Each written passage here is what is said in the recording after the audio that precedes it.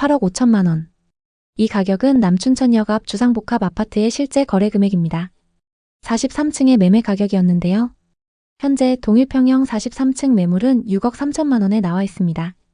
부동산 10곳에 내놨는데도 거래는 안 되고 있는 상황입니다.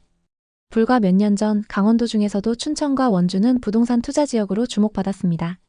강원도에 8억대 아파트가 말이 되냐고 하시는 분들도 계시지만 당시엔 그 가격에도 실제 거래가 이뤄졌습니다. 하지만 지금은 앞서 소개한 것처럼 2억 이상 낮은 가격에 내놔도 거래가 안 되고 있습니다. 그럼 얼마가 적정 가격일까요? 2021년 30대 후반 지훈 씨는 당시 대부분의 20, 30대 영끌 투자자들처럼 부동산 투자에 뛰어들 준비를 하고 있었습니다. 부를 이루겠다는 욕심도 있었지만 어쩔 수 없이 남들과 비교하게 됐기 때문인데요. 매번 술자리에서 들려오는 부동산 투자 성공담, 특히 친한 친구들이 큰 돈을 벌었다는 얘기들은 그를 더 불안하게 만들었습니다. 그러게 나 살 때 너도 사라니까 왜 안 샀어? 아냐, 아직 늦지 않았어. 지금이라도 사. 다들 부동산 투자로 몇 억씩 벌었는데 나만 이렇게 뒤처질 순 없지. 지훈 씨는 이제 단순히 월급을 모으는 삶에서 벗어나 투자로 돈을 버는 부의 세계로 진입해야 한다고 생각했습니다. 사실 지훈 씨는 지금까지 늘 남부럽지 않은 삶을 살아왔습니다. 그는 서울에 위치한 대기업에서 근무하며 10년 넘게 성실히 월급을 모아왔습니다. 남들이 부러워하는 직장에 다니면서 꿈꾸던 안정적인 삶을 위해 치열하게 살아왔죠. 그 덕에 친구들보다 많은 연봉을 받았고 모은 돈도 꽤 많았습니다. 오피스텔 월세 말고는 전부 다 적금을 해두었기 때문이죠. 하지만 최근 들어 그의 마음속에는 점점 뒤처진다는 불안감이 자리 잡기 시작했습니다. 대학 동기들과의 술자리에서 들려오는 부동산 이야기. 특히 서울에 사는 친구들 이야기를 들을 때마다 묘한 기분이 들었습니다. 예전에는 그냥 평범한 친구들이었는데 점점 격차가 벌어지는 느낌이 들었던 거죠. 또 지방에 투자해서 꽤 많이 돈을 번 친구도 있었죠. 이런 부동산 투자 성공담들은 그의 마음을 점점 더 흔들었습니다. 다들 부동산 투자로 인생을 바꿨는데 나만 이렇게 저축하고 있을 순 없지. 지훈 씨는 점점 부동산 투자에 관심을 갖게 됐습니다. 그러던 어느 날 서울에서 열린 부동산 재테크 특강에 참석했습니다. 당시에는 재테크 특강이 주말마다 열리던 시기였습니다. 그만큼 많은 사람들이 부동산에 관심을 가졌죠. 부동산 개발 회사에서 주최하는 특강이었고 강사는 부동산 분야 전문가들이었죠. 서울 1시간 거리 수도권 근교 아파트가 기회입니다. 라는 PPT 화면이 눈에 들어왔고 강사는 말했습니다. 지금이 갭투자의 마지막 기회. GTX 도로 확장 이건 절대 놓쳐선 안 됩니다. 지훈 씨는 서울 강남의 오피스텔에서 매달 월급의 70% 이상을 저축했기 때문에 시드머니가 꽤 있었습니다. 하지만 서울 아파트 가격은 이미 그의 월급으로는 꿈도 꾸기 어려운 수준이었죠. 이대로라면 평생 집 한 채 못 사겠구나 라는 불안이 그의 마음을 짓눌렀습니다. 그러던 중 부동산 강사의 말 한마디가 그의 투자 심리를 자극했습니다. 지금 갭투자로 종잣돈을 늘리고 2년에서 4년 뒤 서울에 내 집을 마련하세요. 지훈님은 결심했습니다. 그래, 갭투자라면 나도 할 수 있어. 지훈님은 수도권 근교, 특히 경기도 외곽이나 강원도 원주와 춘천을 위주로 매물을 살펴봤습니다. 서울에서 그렇게 멀지 않고 저렴한 지역들이었죠. 그는 주말마다 부동산 중개업소와 분양 홍보관을 돌며 정보를 모았습니다. 한 중개업소 직원이 자신감 넘치는 목소리로 말했습니다. 원주는 앞으로 강원도를 대표하는 혁신 도시가 됩니다. 지금 전세 끼고 5천만 원이면 아파트 한 채 살 수 있어요. 2년 뒤엔 최소 2억은 오릅니다. 원주 준신축 아파트는 매매가가 4억 3천만 원, 전세는 3억 8천만 원이었습니다. 갭은 5천만 원이었죠. 매물을 기록해두고 그 다음 주엔 춘천을 찾았습니다. 춘천의 한 아파트는 매매가 3억 2천만 원, 전세 2억 7천만 원으로 갭이 5천만 원이었습니다. 이 정도면 지금 당장 두 채나 가능하겠어. 지훈님은 즉시 움직였습니다. 그는 그동안 저축한 돈이 꽤 있었기 때문에 투자금 1억을 바로 만들 수 있었습니다.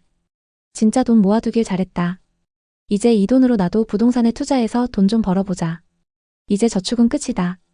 이를 기반으로 원주와 춘천에 각각 한 채씩 총 2채의 아파트를 갭투자로 계약했습니다.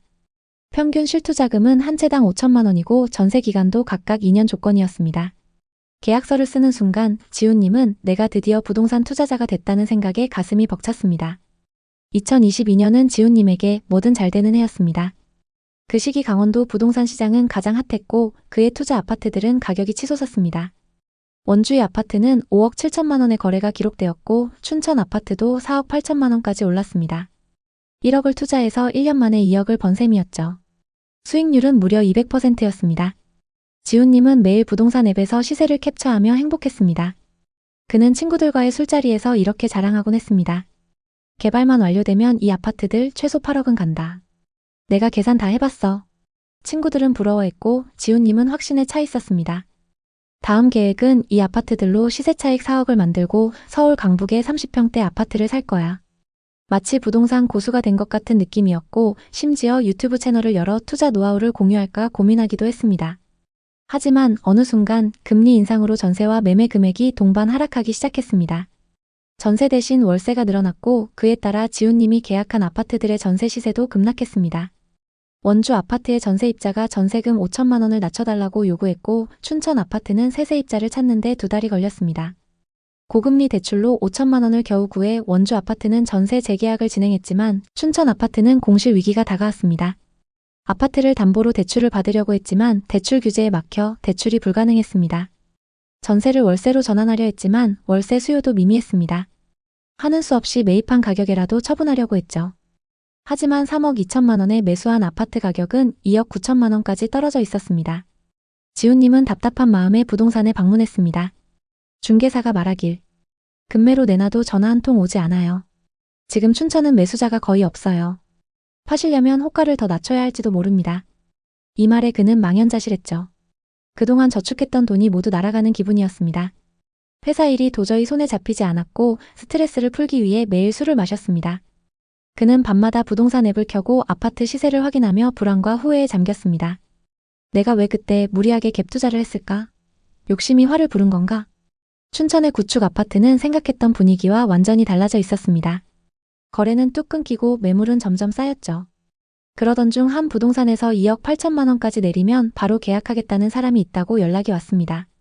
눈물을 머금고 4천만 원이나 손해보면서 매도를 결정했습니다. 결국 갭 투자로 시세 차익을 보려던 계획은 완전히 틀어졌고 처음 투자했던 금액보다 더 큰 손실을 안게 됐습니다. 강원도 부동산 시장은 대체 어쩌다 이렇게 됐을까요? 급등기의 원주와 춘천 시장을 이해하려면 당시 지역을 대표하던 단지들의 가격 흐름을 살펴보는 게 가장 확실합니다. 다음은 당시 고점을 찍었던 두 단지의 사례입니다. 춘천 롯데캐슬입니다. 입주 시기는 2015년이고 전용 면적 154타입이 10억 9천만 원까지 거래됐습니다. 춘천에서 최초로 10억 원을 돌파한 사례로 지역 언론이 앞다퉈 보도하며 화제가 됐습니다. 춘천에도 이런 가격이 가능하다는 상징적 거래였죠. 이 단지는 남춘천역 인근에 위치하며 롯데캐슬이라는 브랜드와 대단지 프리미엄을 앞세워 상승기를 주도했습니다. 당시 투자자들은 춘천이 서울처럼 변한다는 부푼 기대를 품었고 이 단지는 그 기대의 정점을 보여줬습니다. 다음은 원주 더샵 센트럴파크입니다. 입주 시기는 2021년이고 전용 면적 84타입이 2021년 7월 5억 9천만 원까지 거래됐습니다. 입주 직후 지역 최고가를 기록했습니다. 이 단지는 원주의 새로운 대장이라고 불리면서 투자 열풍을 이끌었습니다. 앞서 살펴본 두 개 단지는 2020년, 2021년 원주와 춘천의 상승기를 주도하는 아파트였습니다. 하지만 이후 조정장에서 엄청난 하락을 기록했습니다. 2022년부터 원주와 춘천 부동산 시장은 급격히 냉각되기 시작했습니다. 아파트 가격이 30% 이상씩 빠지기 시작했는데요. 2020년 2%대였던 주택담보대출 금리가 순식간에 5, 6%대로 치솟았습니다. 특히 갭 투자자들은 대부분 변동금리 대출을 이용했기 때문에 이자 부담이 두세 배로 늘어나는 충격을 받았습니다. 예를 들어 3억 원 대출의 연 2% 금리라면 연간 이자 부담이 600만 원이었지만 금리가 6%로 오르면 1,800만 원으로 껑충 뛰게 됩니다. 월세로 전환해도 이자를 감당하기 어려운 상황이 되면서 많은 투자자들이 매물을 내놓기 시작했습니다. 또 일부 시행사들이 땅값만 올려놓고 착공을 미루는 바람에 미분양 매물이 쌓였습니다. 원주에서는 혁신도시와 무실지구를 중심으로 미분양 물량이 눈에 띄게 늘었고 이는 시장의 기대감을 떨어뜨리는 요인이 되었습니다. 가장 큰 타격은 바로 호재의 지연이었습니다.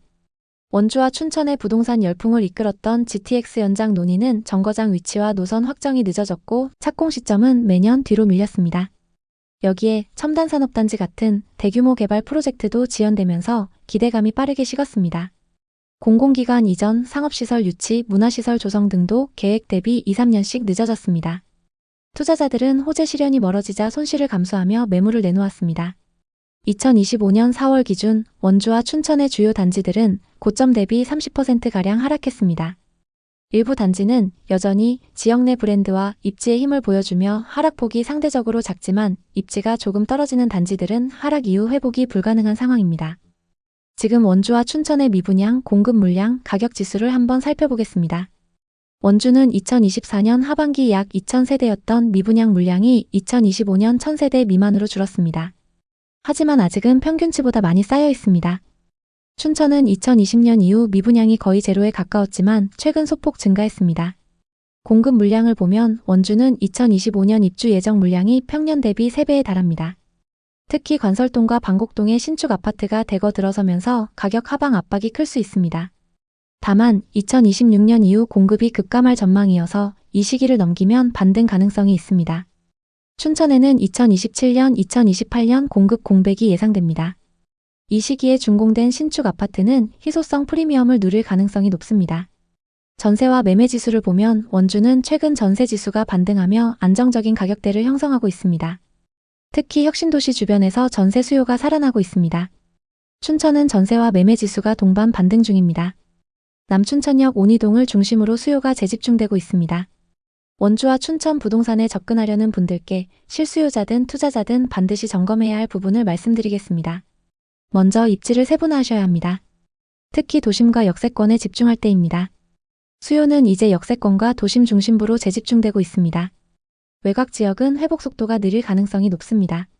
춘천은 남춘천역 주변, 원주는 혁신도시와 원주역 인근 단지를 우선 검토하세요. 그리고 매물이 줄어드는 시점을 노려보시는 게 좋습니다.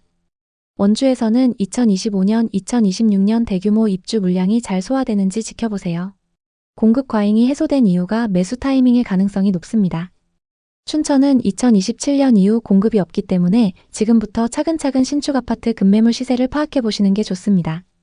원주와 춘천은 수도권 대체 주거지로 주목받았습니다. 하지만 2020년, 2021년처럼 사면 무조건 오른다는 공식은 더 이상 통하지 않습니다. 이제는 숫자와 흐름을 읽어야 할 때입니다. 현재 금리 안정화와 전세지수 반등으로 저점이 형성되고 있지만 급격한 상승은 어렵습니다.